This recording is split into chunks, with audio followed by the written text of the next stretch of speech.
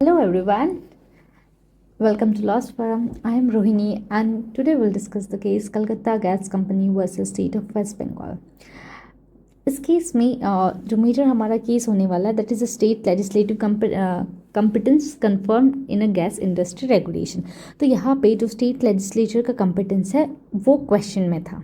ठीक है, तो स्टार्ट करते हैं इस केस का डिस्कशन। इस केस में जो क्रिटिकल इशू था वो ये था कि क्या लेजिस्लेशन के पास कंपिटेंस क्या लेजिस्लेचर के पास कंपिटेंस है अंडर द इंडियन कॉन्स्टिट्यूशन। ठीक है, और है तो कितने एक्सटेंट तक है। तो यहाँ पे जो कॉन्स्टिट्यूशनल वैलिडिटी है गैस कंपनी एक्ट की जो बंगाल एक्ट ने पास किया था, जो फैसिलिटेट करता था जो स्टेट के जो गवर्नमेंट, यहाँ पे जो स्टेट ने क्या किया था, स्टेट गवर्नमेंट ने उन्हें टेक ओवर किया था मैनेजमेंट और कंट्रोल किसका, ओरिएंटल गैस कंपनी लिमिटेड का, किस 5 साल के लिए। ठीक है, तो स्टेट ने एक एक्ट निकाला, उसके थ्रू उन्होंने गवर्नमेंट ने टेक ओवर किया मैनेजमेंट और कंट्रोल ओरिएंटल गैस कंपनी का। तो यहाँ पे जो अपेलेंट होते हैं कलकत्ता गैस कंपनी जो है यहाँ पे अपेलेंट है। ठीक है, वो चैलेंज करती है कि ये जो इम्प्यून्ड एक्ट है वो on the ground of including infringement to its contract. तो कह रहे हैं हमारा जो कॉन्ट्रेक्चुअल राइट है ना वो इन्फ्रिंज हुआ है करके। क्यों? क्योंकि यहाँ पे ओवर स्टेपिंग हुई है ऑफ लेजिस्लेटिव कंपिटेंस, मतलब उनके पास ये कंपिटेंस नहीं थी स्टेट गवर्नमेंट के पास, तो भी उन्होंने ये जो है लॉ जो एक्ट है ये बनाया। तो हमारे साथ हमारे कॉन्ट्रेक्चुअल राइट्स थे वो इन्फ्रिंज हुए। तो हाई कोर्ट ने क्या किया, हाई कोर्ट ने ये केस डिसमिस कर दिया। अब हाई कोर्ट से डिसमिस हुआ तो स्पेशल लीव के थ्रू सुप्रीम कोर्ट में गया।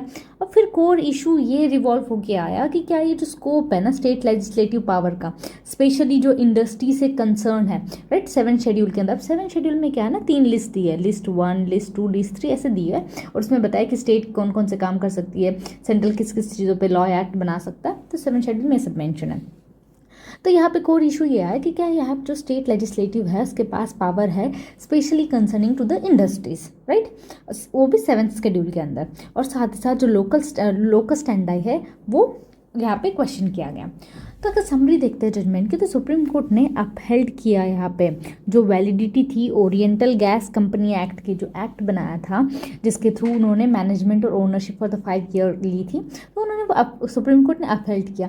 और क्या बताया साथ में कि ये जो बंगाल का जो लेजिस्लेचर कंपिटेंस रेगुलेशन है कि जो रेगुलेट करती है gas industry under the entry 5, तो यहाँ पे 2 चीज़ें हैं, एक तो है एंट्री 25 और एक है एंट्री 26 आई गेस, सॉरी 24 और 25, या एंट्री 24 और 25, इन दोनों पे पूरा केस चलने वाला है।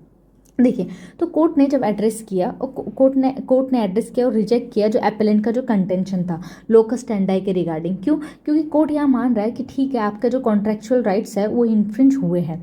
तो यहाँ पे सुप्रीम कोर्ट हार्मोनाइजली से कंस्ट्रक्ट करना चाह रहा है जो दोनों एंट्रीज थी 24 एंड 25 को, state list given in their full intended meaning without rendering the ridden. तो कोर्ट यहाँ क्या कह रहा है कि ये जो कॉन्स्टिट्यूशन जो प्रोविजन है ना एंट्रीज 25 और 25 का स्टेट लिस्ट में, तो दोनों को क्या है एक फुल और इंटेंडेड मीनिंग दिया गया है बिना किसी एक को रिडंडेंट या यूजलेस बनाया हुआ है। हम ऐसा बिल्कुल नहीं कर सकते कि 24 को उसका फुल ब्रॉडर सेंस में जो है वो इंटरप्रेट कर दे और 25 को टोटल नेग्लेक्ट कर दे, नो। तो दोनों एंट्रीज को जो है स्टेट लिस्ट की यहाँ पे फुल इंटेंडेड मीनिंग दिया गया है, बिना उनका जो मीनिंग है उन्हें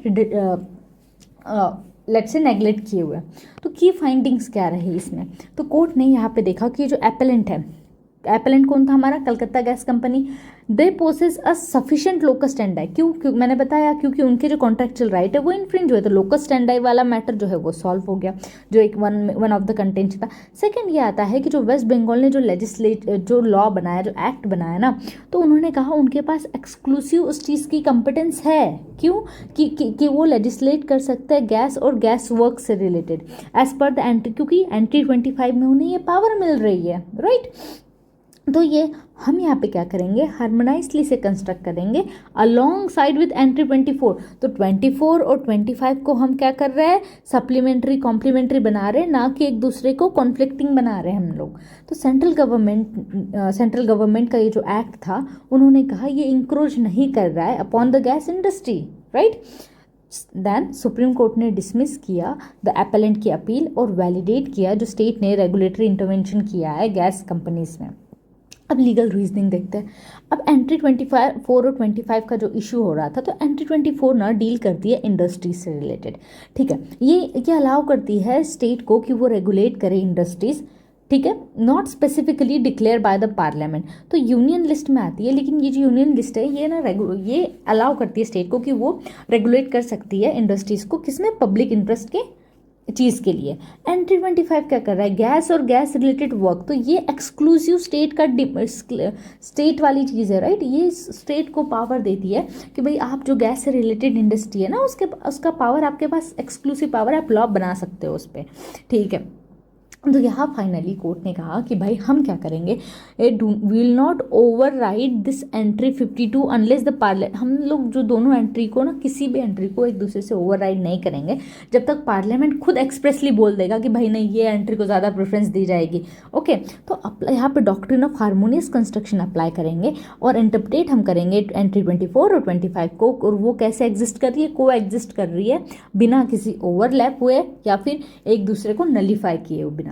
ठीक है, तो एंट्री 25 यहाँ पे स्पेसिफिक परव्यू दे रही है गैस इंडस्ट्री का, 24 क्या कर रही है, गवर्न कर रही है अदर इंडस्ट्रीज को, इंश्योर कर रही है कि दोनों लेजिस्लेटिव पावर जो है फंक्शन कर सके बिना किसी कॉन्फ्लिक्टिंग के, राइट। और इसी के साथ कोर्ट ने यहाँ पे क्या किया, एक इनको हारमोनियसली दोनों को एक कॉम्प्लीमेंट्री स्टेज पे लेके आए। ठीक है, ताकि ये जो डिस्प्यूट है दोनों के बीच में वो सॉल्व और एक बैलेंस बनाया जा सके। आई होप ये छोटा सा केस आपको समझ में आया होगा। Thank you.